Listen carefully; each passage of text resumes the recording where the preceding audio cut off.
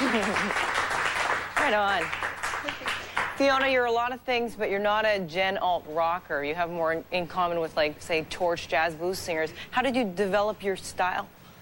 I think a lot of it came from, I think that, like, a lot of my musical influence in the way that I play piano is based on what I learned from a book called The Real Book. It's a book of jazz standards that I found in my mom's house one day, and I made this whole big hobby out of teaching myself the songs inside, and then like I would teach myself a song that I'd never heard before, and then see in the corner it would say like such and such song as sung by Ella Fitzgerald or Billie Holiday or something, and then I'd go out and I'd buy the albums to see if I got the song right or if I totally screwed it up. I got introduced to a lot of music that way. So was your interpretation like slightly different from the originals? Most of the time it was pretty much pretty good, which I was proud of. But a lot of times I was like, oh wow.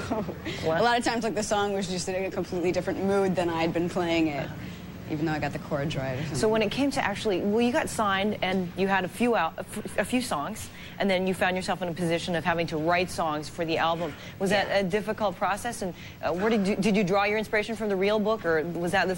Not from The Real Book, no. I mean, all my inspiration, I basically had to make songs out of other things that I had written and kind of just finished up a bunch of stuff that I hadn't finished, because I couldn't really like just take a song out of nothing and just contrive it just for the album. I don't really believe in that. It would just be too fake, you know? But it was hard. I mean, to have to like get on your toes about stuff and be like, well, that thing that I was gonna finish in the next 10 years, I guess I have to finish it by Saturday, you know? So you work good with deadlines then? Apparently so. Yeah. You cited your main inspiration as African-American writer Maya Angelou. Yeah. And how do you see parallels in both of your lives, or how did her works touch you?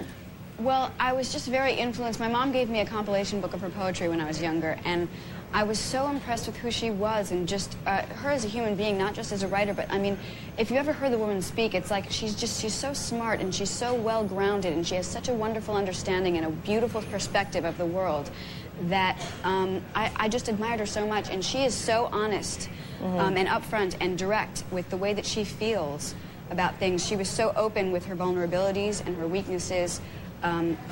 And then she was such a proud, strong woman that I was very inspired by that. It gave me a lot of hope to think, well, I have these weaknesses too. I can be like that woman. I can be as proud and as strong and as wonderful as she is. So well, it seems like just watching you perform there, like you're entering another zone. Looks like you're going somewhere else. Like, are you? Yeah, I'm going another place. I think mainly today, normally like on stage and stuff, it's a different thing. I go to another place because it's like I get caught up in the music and the lights and everything. And here I'm just kind of getting caught up in another place because there's like a bunch of people working around here. And I just there's really people on the phones over there.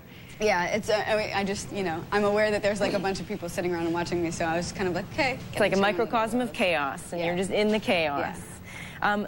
There's been a lot, it seems like what I've been sifting through as far as people writing about you, you've had, like a lot of people, a very painful, difficult life so far, growing up and so forth. And as a result of that, you were sent to a number of psychiatrists, but you have sort of an anti-psychiatric stance now. Well, I don't have an anti-psychiatric stance now. I mean, I think that part of, okay, first of all, I don't have any more like of a painful or hard life than anybody does. You know, everybody has different experiences. That must be difficult because people fixate on that. Like that you're a tortured person. Well, yeah, but I think that I was, I mean, it's ironic kind of because,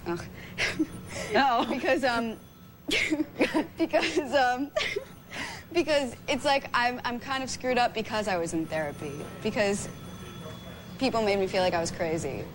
Maybe a bit more too much emphasis on... Yeah, because, you know, you have to be willing to do that kind of stuff, you know? You have to be willing to go in and talk about everything about yourself and be able to work it out. And I just completely resented the whole situation and having to talk to these shrinks that were getting paid to listen to me. I just resented it, so it screwed me up because I was sitting there, you know, having people try to drag information out of me, and I wasn't willing to give it. Right. So no more... No, I have a shrink now, and he's really cool.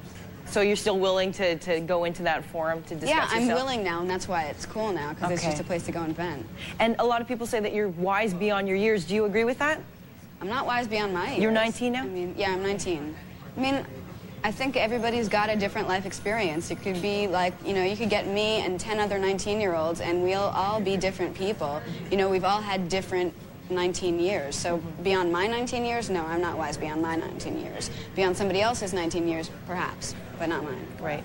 Okay, cool. Well, good luck to you, eh? Touring around and stuff. We're going to take a look at your brand new video. This is Sleep to Dream. Fiona Apple, thanks for coming down.